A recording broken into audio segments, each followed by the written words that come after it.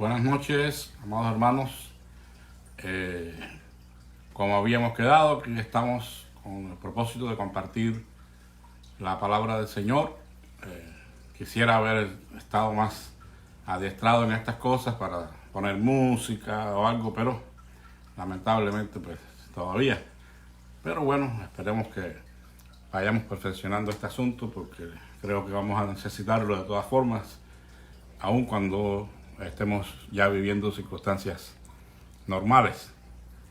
En esta noche estamos recordando este día tan especial para nosotros, donde nuestro Señor Jesucristo entregara su vida para el beneficio de todos, para traernos la posibilidad del perdón de nuestros pecados y la salvación de nuestras vidas. Y yo creo que todos los hermanos en cada lugar en este día han tenido la oportunidad de decir algunas palabras con relación a este acontecimiento. Algunos lo hacen a las 3 de la tarde, la hora que quizás fue cuando murió. Otros lo hacemos un poco más tarde. El punto no importa cuál sea la hora, sino que dediquemos un tiempo para recordar este acontecimiento y agradecer a Dios por tan maravillosa salvación que nos ha dado. Yo he titulado a esta palabra un llamado de última hora. Nunca han requerido mayor atención las palabras de alguien que cuando se aproxima la hora de su muerte. Los moribundos generalmente tienen algo importante que decir antes de partir. Nuestro Señor Jesucristo no fue la excepción. Sus últimas palabras nos llegan desde la distancia en el tiempo y nos hacen un llamado de última hora, tal como lo hiciera aquellas personas que estaban al pie de la cruz. También nos los hace a nosotros hoy. Analizando cada una de estas frases, pudiéramos decir que la primera frase que siempre meditamos fue la que se encuentra en Lucas 23, versículos 33 y 34, donde él dice: Padre, perdónalos, porque no saben lo que hacen.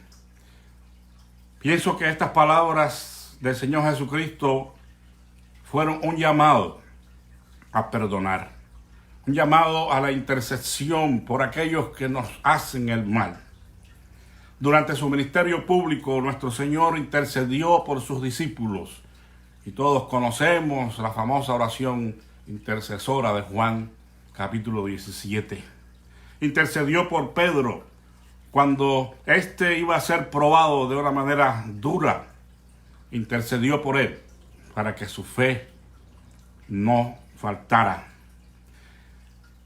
Pero la más grande lección sobre el deber de interceder por los demás y perdonar a quienes nos hacen el mal, la estaba dando colgado de la cruz, mientras agonizaba.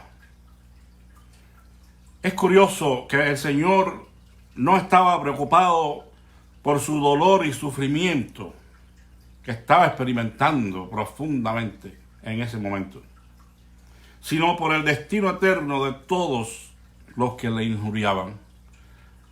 Definitivamente, hermanos, un ejemplo máximo que nos ha dejado nuestro Señor para que intercedamos y perdonemos a quienes nos han hecho el mal. Jesús estaba intercediendo por los verdugos, los que le habían castigado, los que le habían dado los latigazos, los que le habían hecho cargar el madero durante un largo camino. Estaba intercediendo por esos asesinos que estaban quitándole la vida. Pero también estaba intercediendo por sus discípulos desertores y por toda aquella multitud que gritó eufórica unos días antes: Hosanna en las alturas, bendito el que viene en el reino del Señor. Pero que también había gritado después: crucifíquenle, crucifíquenle. por ellos definitivamente también el Señor estaba intercediendo y pidiendo el perdón, porque tampoco sabían lo que estaban haciendo.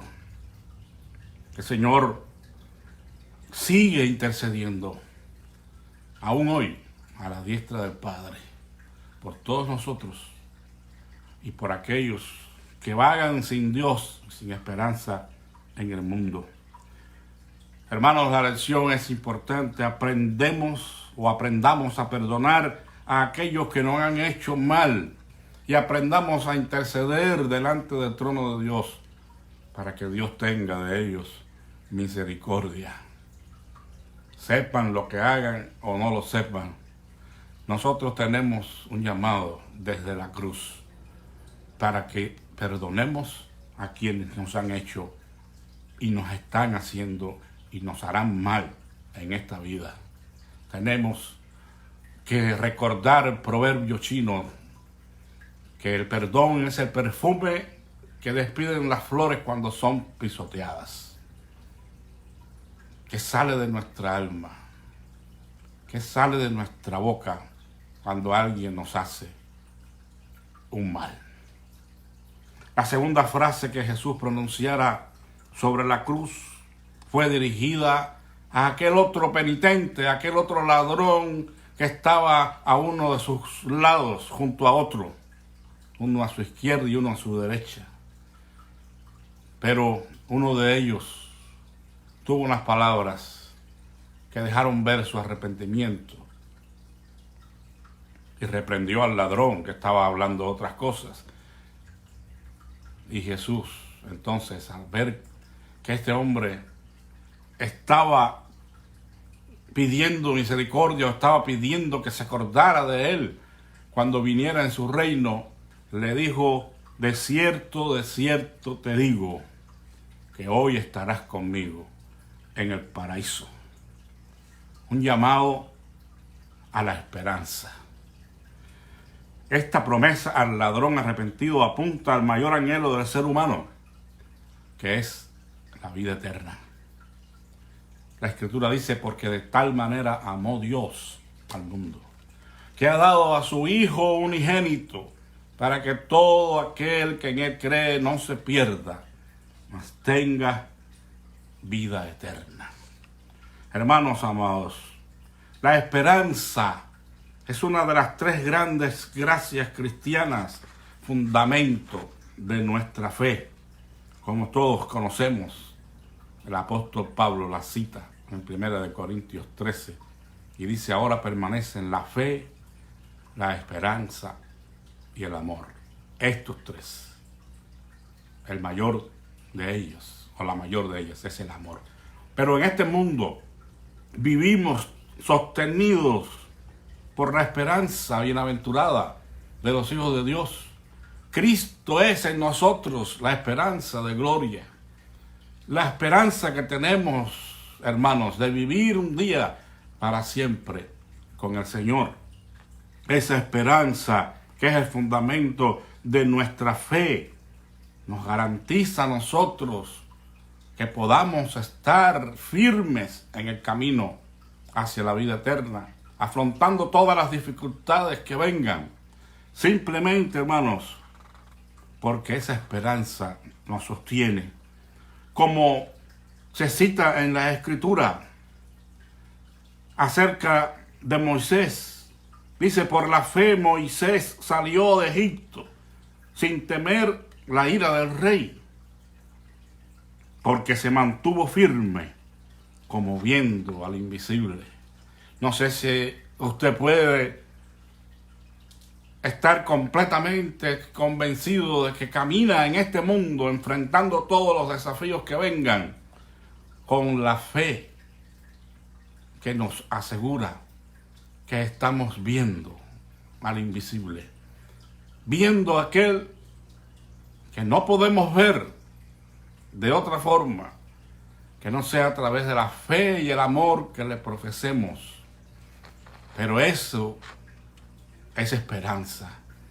Es la esperanza de que un día ese juez eterno, ese Dios todopoderoso que nos ve que nosotros quizás no podamos ver físicamente, está con nosotros y nos guarda. La fe que nos sostiene, la esperanza que tenemos.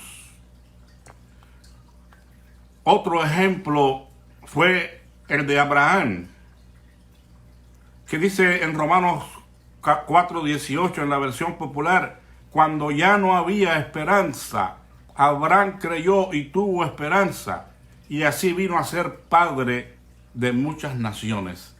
La Biblia, versión Valera, dice que creyó en esperanza contra esperanza, lo que significa esto que dice la versión popular: cuando ya no tenía esperanza, cuando ya parecía que las cosas se habían puesto definitivamente imposibles, entonces él continuó creyendo y recibió fortaleza y recibió fe para seguir adelante.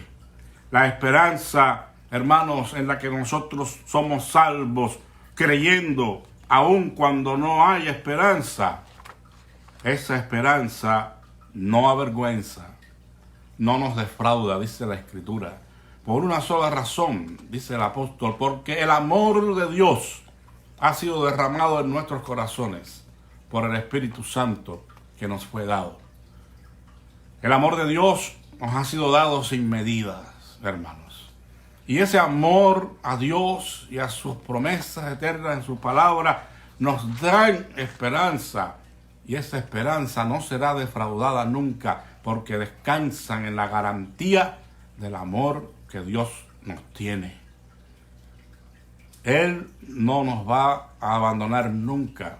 Él no nos va a defraudar. Él siempre hará lo mejor para nosotros. En esa esperanza debemos seguir firmes. En esas promesas que dice la Biblia, son todas en el sí y en el amén, por medio de nuestro Señor Jesucristo. La segunda frase de Jesús sobre la cruz entonces nos llaman a tener esperanza. Aunque este mundo vaya, como la Escritura lo dice, de mal en peor, nosotros no desmayamos, porque nuestra esperanza es Cristo en nosotros, la esperanza de gloria. Y sabemos que un día reinaremos con Él. La tercera frase fue dada a María, cuando el Señor le dice a su madre: mujer, he ahí tu hijo. Y le dice a Juan: hijo, he ahí tu madre. Esta frase es un llamado al amor responsable. Todavía el Señor no piensa en sí mismo. Si nos damos cuenta, pide al Padre que perdone a quienes le están crucificando y promete el paraíso al ladrón arrepentido. Ahora está preocupado por el destino de su anciana y sufrida madre. Lo hace estableciendo un vínculo de amor entre Juan, el discípulo amado, y María, su madre. Juan, de carácter tierno, era quizás el más indicado para cuidar de María. Hermanos, el amor, si no es responsable, no es amor verdadero. Aún en la hora de la muerte, Jesús está consciente y preocupado de sus deberes como hijo. Y esto es cierto, esto de que el amor, si no es responsable, no es amor, es cierto para todo tipo de relación. Marido y mujer, padres e hijos, hermanos y hermanas, amigos y amigas, creyentes y Dios, y aún para nuestros enemigos. Cuando no hay responsabilidad, no hay amor, porque el amor no busca lo suyo. El amor no hace nada indebido. El amor busca el bien del otro y se preocupa por proteger y satisfacer las necesidades del ser amado.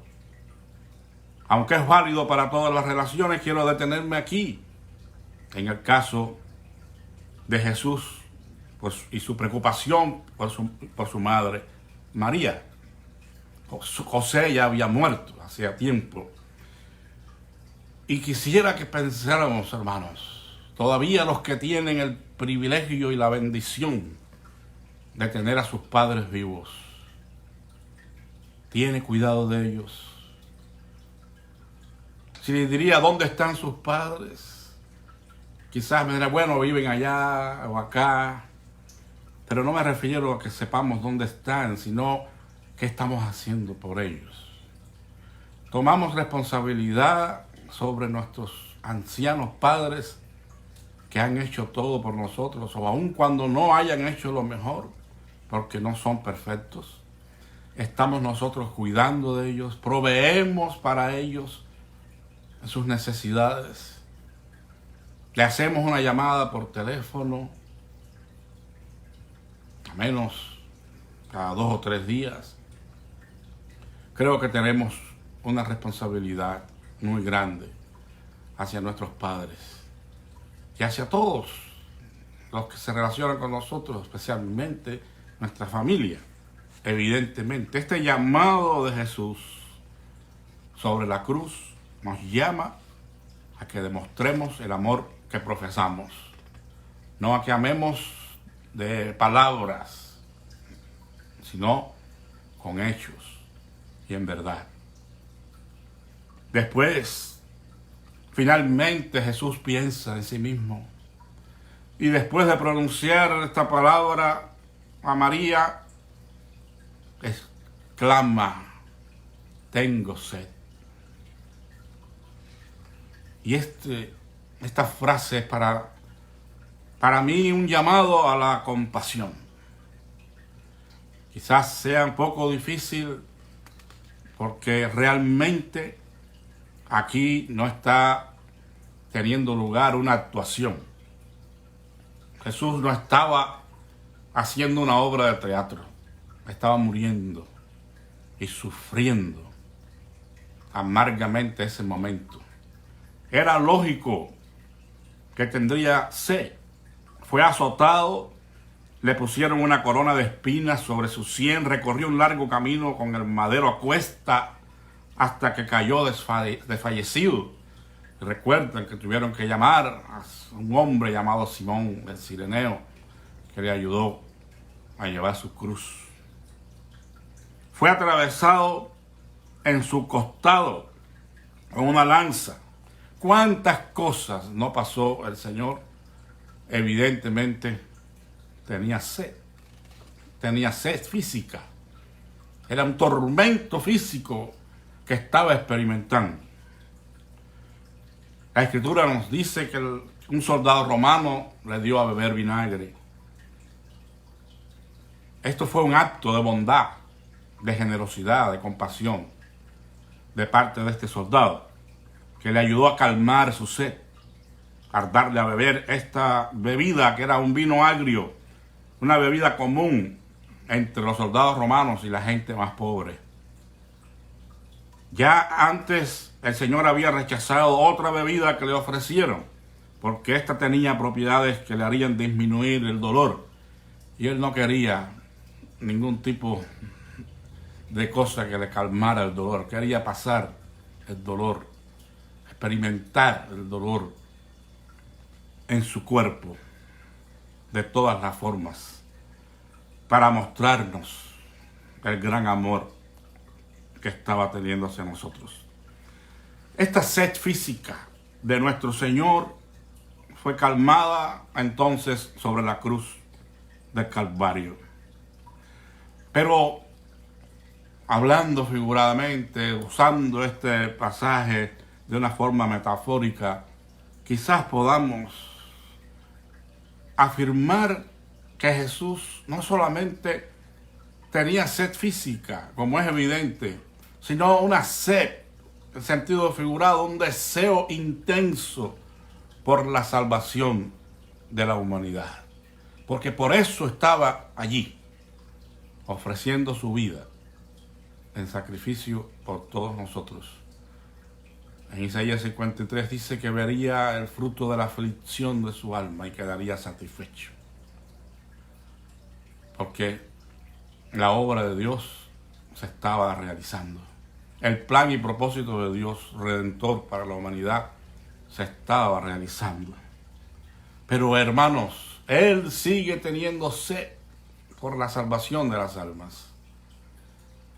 Él sigue teniendo un deseo intenso por aquellos que andan sin Dios y sin salvación en este mundo.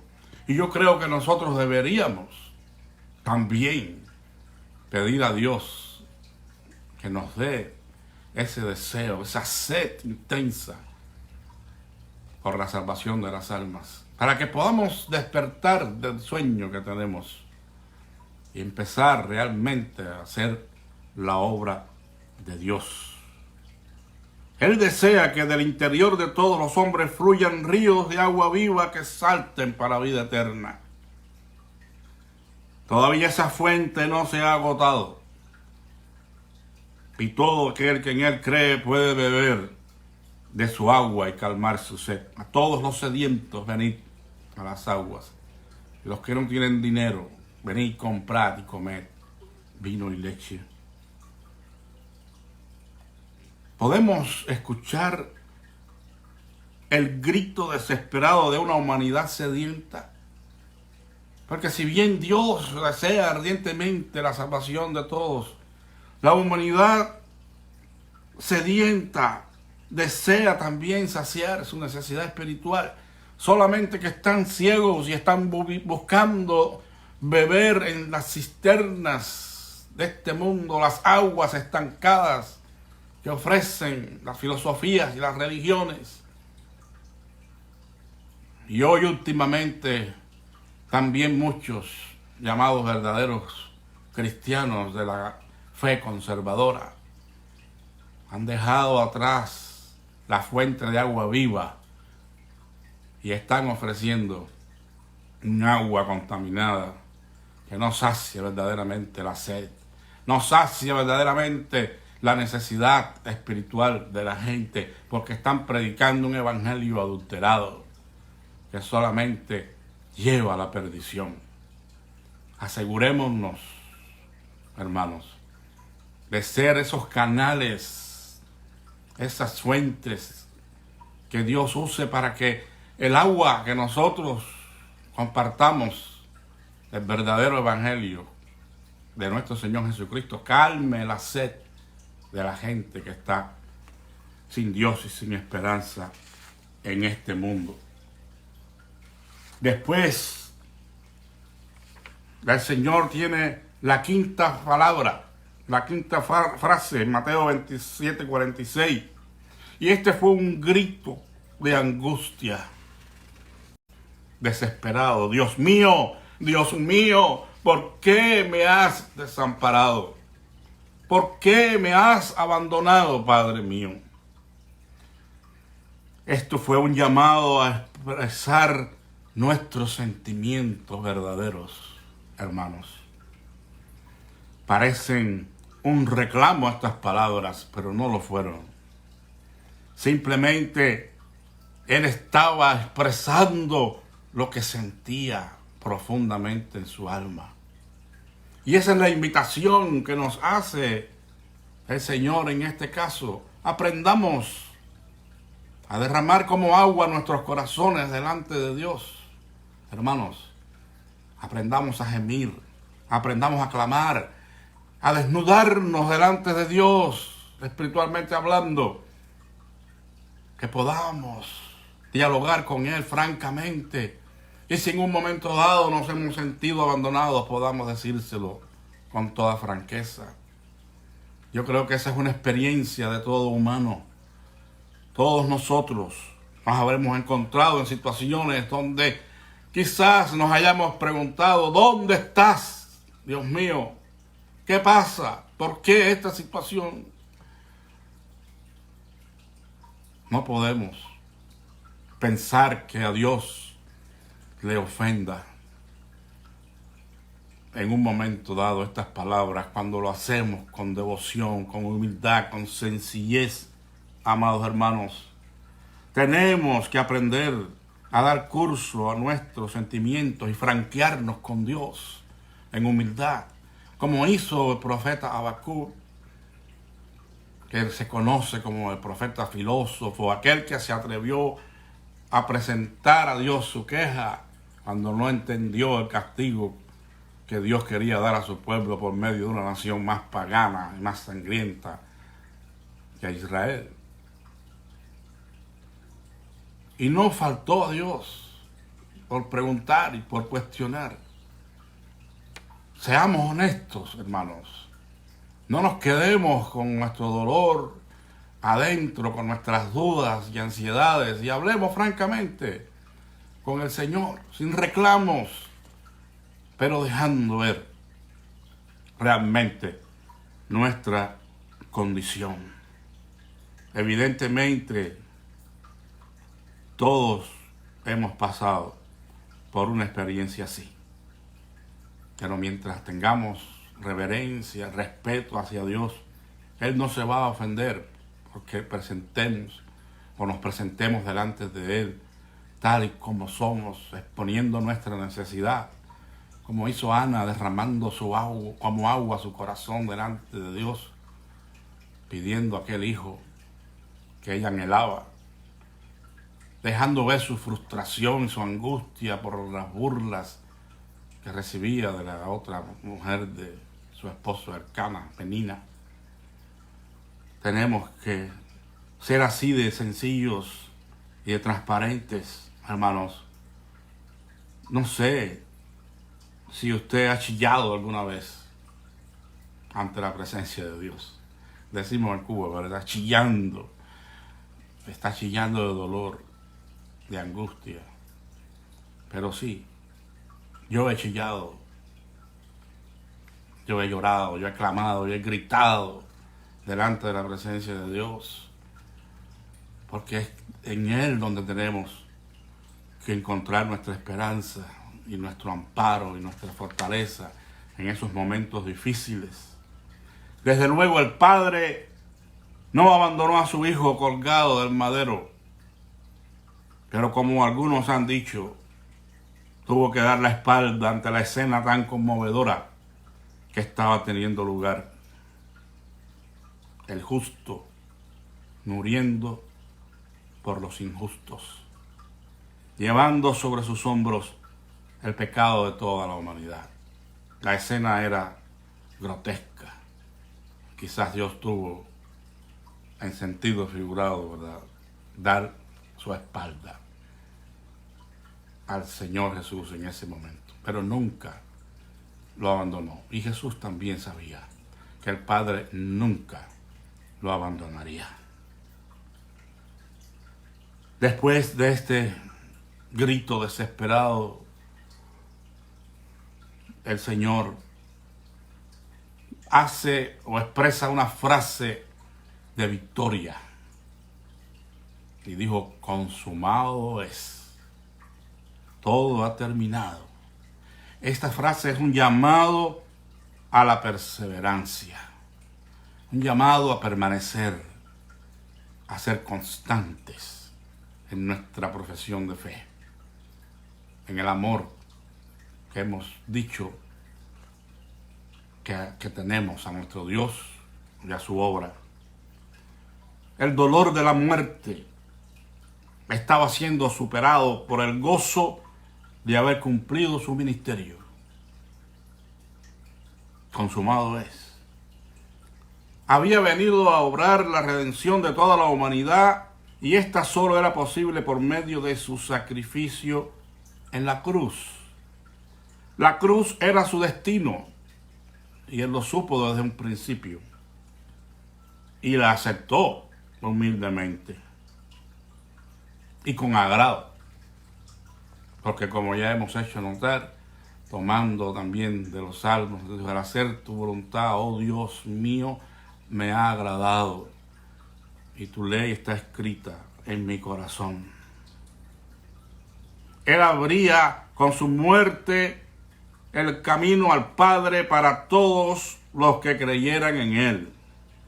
El Padre estaba dando amplia y generosa entrada al reino de su amado Hijo a todo aquel que creyera en Él. Pero hermanos, Solo el que persevera en la fe hasta el final tendrá la satisfacción de terminar victoriosamente sus vidas en este camino de la salvación.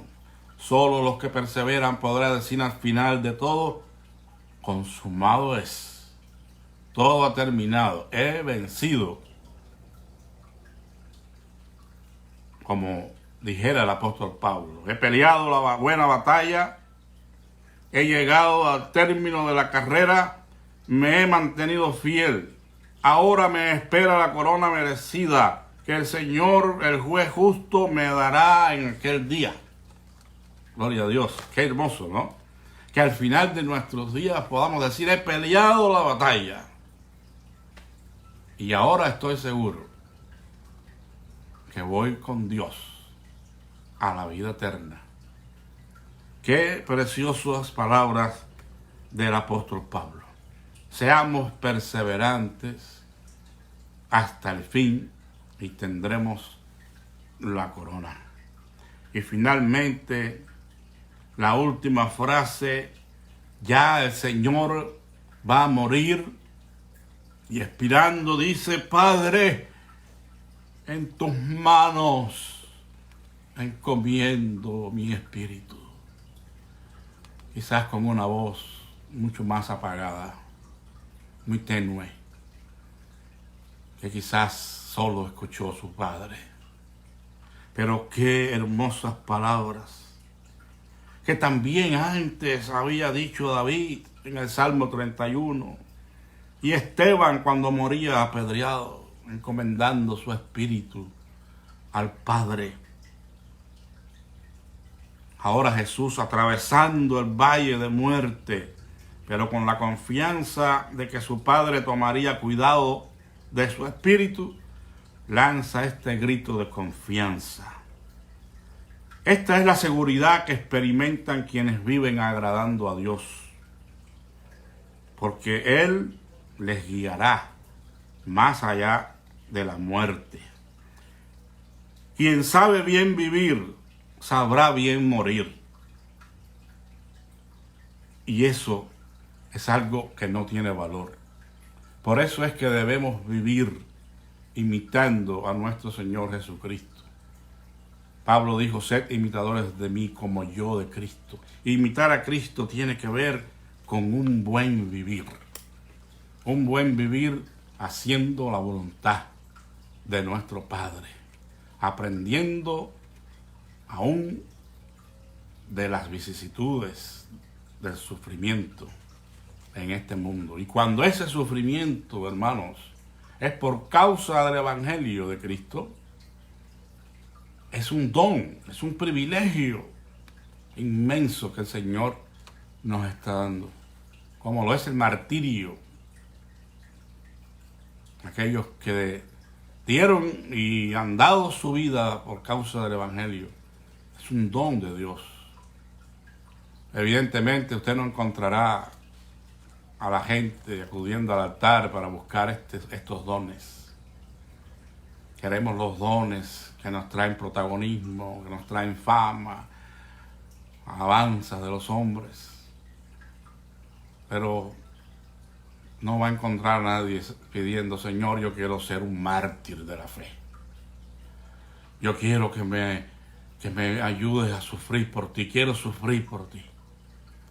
Pero recuerden que a los filipenses el apóstol le dijo: porque a vosotros os es concedido a causa de Cristo, no solo que creáis en Él, sino que padezcáis por Él. El padecimiento por la causa de la fe en Cristo es un regalo de Dios. Y debemos aceptar nuestras pequeñas o grandes dosis de sufrimiento por causa del Evangelio. A veces en menor escala, en mayor escala. Pero siempre a los que deciden seguir a Cristo con toda honestidad y con firmeza, siempre padecerá algún tipo de sufrimiento. Porque todo aquel que quiera vivir piadosamente en Cristo Jesús padecerá persecución, dice la palabra. Quizás no literalmente tengamos que experimentar una persecución por causa de la fe, pero siempre habrá alguna cosa que tendremos que dejar y renunciar con tal de agradar a aquel que nos llamó por soldado. Ninguno que milita se enreda en los negocios de la vida, le dijo el apóstol Pablo, con tal de agradar a aquel que le llamó por soldado. Hermanos, somos militantes en el ejército de la salvación. Y si no aprendemos a renunciar a tantas cosas materiales, a tantos privilegios y a tantas cosas que reportan aparentemente una ventaja para nosotros, con tal de ganar a Cristo, no veremos nunca un final glorioso. Recuerden que el apóstol renunció a todo lo que él consideraba un privilegio antes. Ahora dice que lo tenía por estiércol, con tal de ganar a Cristo y conocer el poder de su resurrección. La muerte no es término, es vía. Y esas fueron unas palabras que dijera un hombre que no era un cristiano, no fue un cristiano realmente, fue un teísta, una persona que tenía su fe en Dios, pero no era un convertido, y fue José Martí. Pero no dejó de decir una gran verdad. La muerte no es el fin, no es término, es vía. Pero el problema es que hay dos vías. ¿Hacia cuál de ellas vamos? ¿Hacia la vía a la perdición o la vía a la vida eterna? Bueno, de eso depende que vivamos bien para la gloria de nuestro Señor. No olvidemos nunca las palabras del Señor Jesús a Marta en aquella ocasión donde su amigo Lázaro, hermano de Marta, había muerto. Y el Señor le dijo: Marta, yo soy la resurrección y la vida, y el que cree en mí, aunque esté muerto, vivirá. Bendito sea nuestro Señor Jesucristo. No terminó la historia en la cruz, hermanos. Él no está en la cruz. Él resucitó y está a la diestra del Padre, intercediendo por nosotros, y pronto vendrá a este mundo nuevamente, porque lo creemos. Él viene y queremos estar preparados para el encuentro con nuestro Señor. Que Dios me los bendiga. Esperemos que el domingo nos podamos ver otra vez. Vamos a estar también compartiendo la palabra de Dios, si Él lo permite, en la casa de nuestro hermano Iván. Quiero tener allí la cena. Si Iván está viendo esto, que lo dudo porque él no tiene Facebook, pero lo verá. O algunos de los hermanos que van a ir y tienen algunos vasitos chiquitos, por favor, si lo llevan. Ya yo tengo el pan y el vino, o el jugo de uva, y queremos compartir la cena del Señor como hacemos tradicionalmente en nuestra iglesia. Si alguien en sus casas quiere unirse, lo puede hacer. Tenga su pan sin levadura o una galleta sin levadura y un poco de jugo de uva, y se puede unir con nosotros, primero Dios, el domingo. Que el Señor me los bendiga, hermanos, y que tengan una excelente noche. Un abrazo a todos, y no olviden de meditar en estas palabras. El Señor nos ha hecho un llamado a perdonar, un llamado a la esperanza, un llamado al amor responsable, un llamado a la compasión por las almas perdidas, un llamado a expresar nuestros reales sentimientos ante su presencia, un llamado a la perseverancia en la fe y un llamado a confiar en Dios aún en el valle de sombra y de muerte. Que Dios me los bendiga. Muchas gracias por su atención en esta noche. La paz de Cristo sea con todos ustedes, hermanos. Amén.